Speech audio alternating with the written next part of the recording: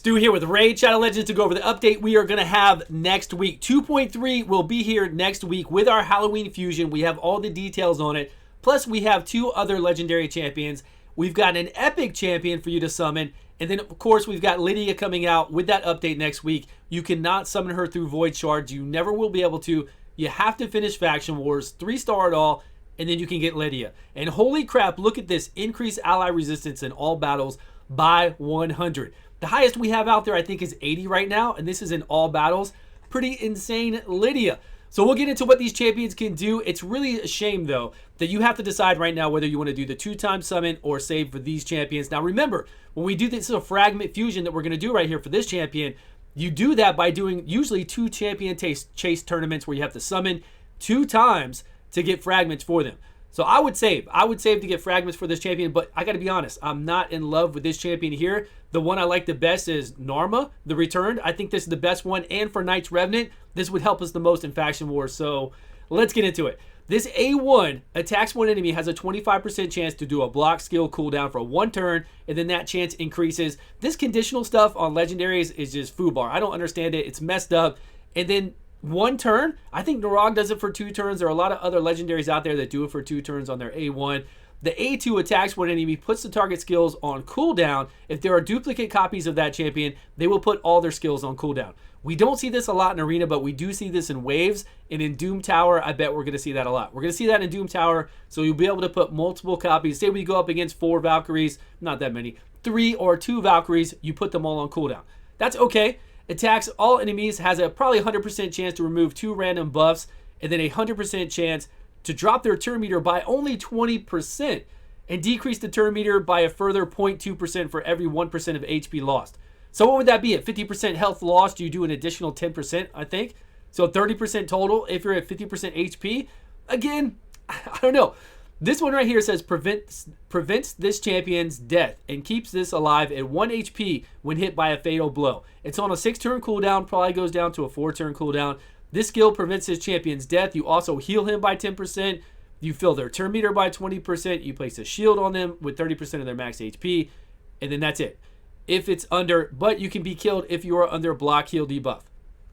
So that's it for this guy.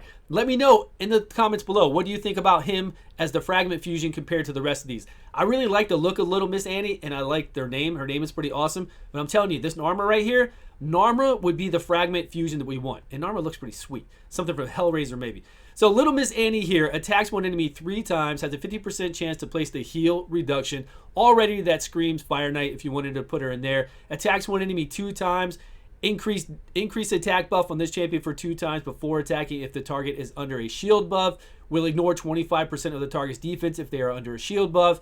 And then puts a perfect veil on this champion for 2 turns if you kill them. A lot of conditional stuff again. I don't get it, man. This is a void legendary, and you want to just have conditions on what they'll do. She should already attack 2 times and ignore defense. It doesn't matter if they're under shields or not.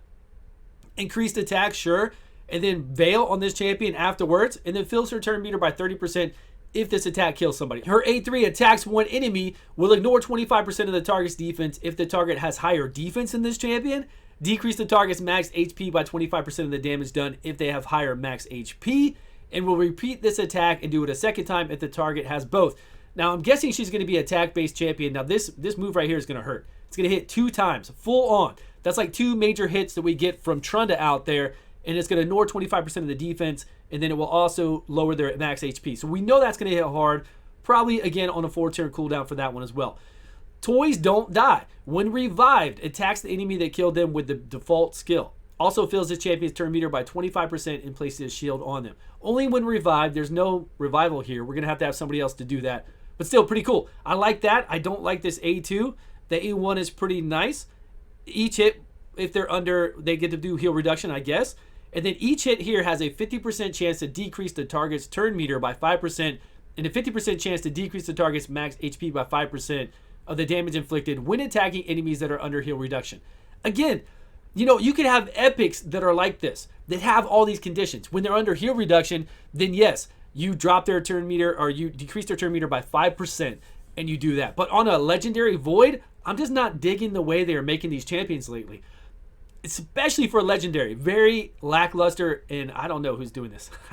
I don't know who's programming these champions, but these are really a letdown. Okay, let's get on to the good one. Narma, the return. If I didn't do these guys justice by reading through there, let me know where you think that they're just like, wow, Stu, you missed a good point on this champion, and I think they're going to be super good at this place in the game. Narma here attacks one enemy, has a 40% chance to decrease the duration of 3 random buffs on the target by 1 turn. Now the 40% is probably going to go up, but 3 different ones by 1 turn, that's pretty nice on the A1.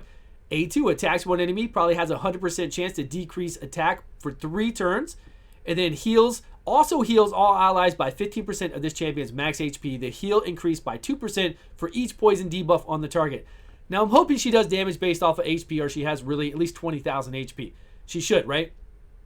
And then she applies poisons. Attacks one enemy, has a 100% chance to place 3 poison debuffs and a poison sensitivity all at one time for 3 turns. On a 6-turn cooldown, though, that's really low. I hope that goes down to a 3-turn cooldown.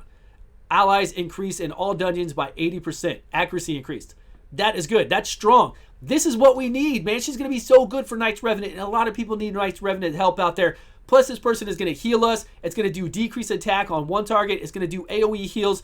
So if you wanted to bring this in as your main healer, you could, right? And then you're going to have poisons in place of that, and you're going to have removing the buffs. Still a little lackluster. I still feel like that this isn't amazing either. There should be something else added in here. I would really like a decreased defense on the A1, or I do like removing the debuffs, though. It's pretty nice.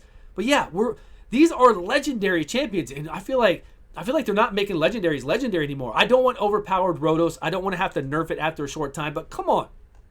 Give us something that we're going to be like, wow, that's a pretty sweet champion. Make them comparable to what we have out there, but just change them a little bit. Make something like a Draco, but instead of doing, the A1's a little bit different. The something just, I don't get it. I don't get it. I'm not excited. I'm not excited. The masked Fear-Monger. The epic champion, we are going to get it. Attacks one enemy 2 times. Each hit decreases the target's turn meter by 7.5% if the target is under fear or true fear. So already we cannot decrease the turn meter of a boss because this has fear or true fear debuff.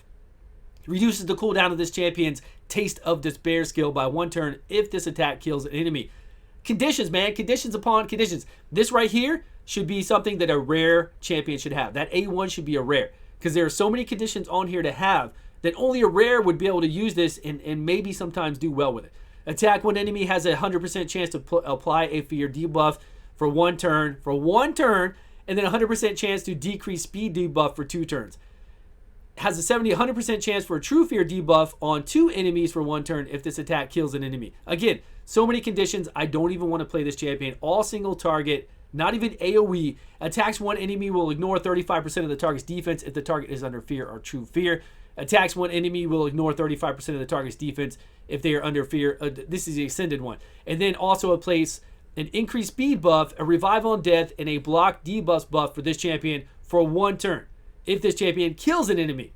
Fills this champion's turn meter by 50% whenever an enemy's HP drops below 20%. Okay, now that I did not see. Fills this champion's turn meter by 50% when an enemy's HP drops below 20%. Pretty cool, but there's a cooldown on it. 6-turn cooldown, probably going to go down to a 4-turn cooldown if we're lucky because it's an epic. Man, trash. I do not like it. Okay, we've got Lydia, the saving grace, but unfortunately, if you haven't finished Faction Wars, you will not be able to get her again. I just want to reiterate, you cannot get her from Void Shards ever. Attack one enemy, has a 75%, I'm sure 100% chance to place a fear debuff for 1 turn. And then we've got a 100% chance to increase the duration of poison sensitivity. Plus there's a passive effect here that attacks enemy champions with this skill whenever they place a freeze, stun, fear, or true fear debuff on an ally. So you want to have her in an immunity set and make sure she can't have that happen to herself, because obviously if she's frozen, feared, or stunned, she's going to have a hard time counterattacking. The number of attacks increase according to how many debuffs are placed at that time. 1 attack for each freeze, stun, fear, or true fear debuff. The first attack will target the attacker, then the extras will be random. Okay, we knew that from before. Can only attack each enemy 1 time. Still pretty cool.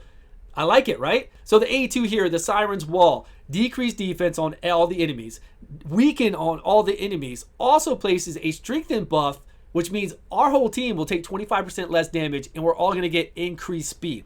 That is pretty insane. If it's a 3-turn cooldown, it's going to be even more so. If it's a 4-turn cooldown, it's not going to be that bad, really. Nullification. Attack one enemy 2 times. First hit has a 100% chance to place poison sensitivity. debuff for 2 turns. The second has a 100% chance to block buffs and block skill cooldowns buff for 2 turns. Now, I say 100% chance because I guarantee this is going to go up to 100. What makes sense if it didn't? I hate that random stuff when you never know. Here is the passive that everybody talks about with her. Denies enemy revival attempts. This works even if this champion is dead. If this champion is alive when an enemy revives is denied, revive all dead allies with 50% HP and then grants an extra turn. Instead, if there are no dead allies, if this champion uses this passive, revives this champion with 50% HP and 50% turn meter if she's dead. This skill ignores block revive, but it's on a very long cooldown. A very, very long cooldown. The best thing about this is tricking the AI. The AI will always try to revive if somebody's dead, so they're going to try to revive, and then if you have dead guys, they're going to come back, plus you're going to block that revive, and then if she's dead, she's going to come back. And then this resistance is nutso. Really nuts.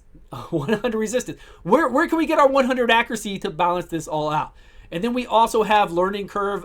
They've put in our bastion some guide that we can look over. I don't know what the guide's going to be like, but we'll have to check that out, and we'll do a guide. We'll do a guide on the guide to see how well they did with that. And then the Bazaar has added some new avatars here that we can get. Each avatar will be available for purchase once per account. Okay. And then they fixed some classic arena tabs claimed by, the chest. The chest now will go to a tab, which is really good. But that's all we've got. Please let me know how you feel about this champion, situational. This champion, probably the best, but still a little lackluster. Situational and situational. This will be the Fragment Fusion for Halloween. And we will get this next week, 2.3. Please let me know your comments below. I really want to hear about these champions. I love you so much. Appreciate your time, and I will see you all on a video soon.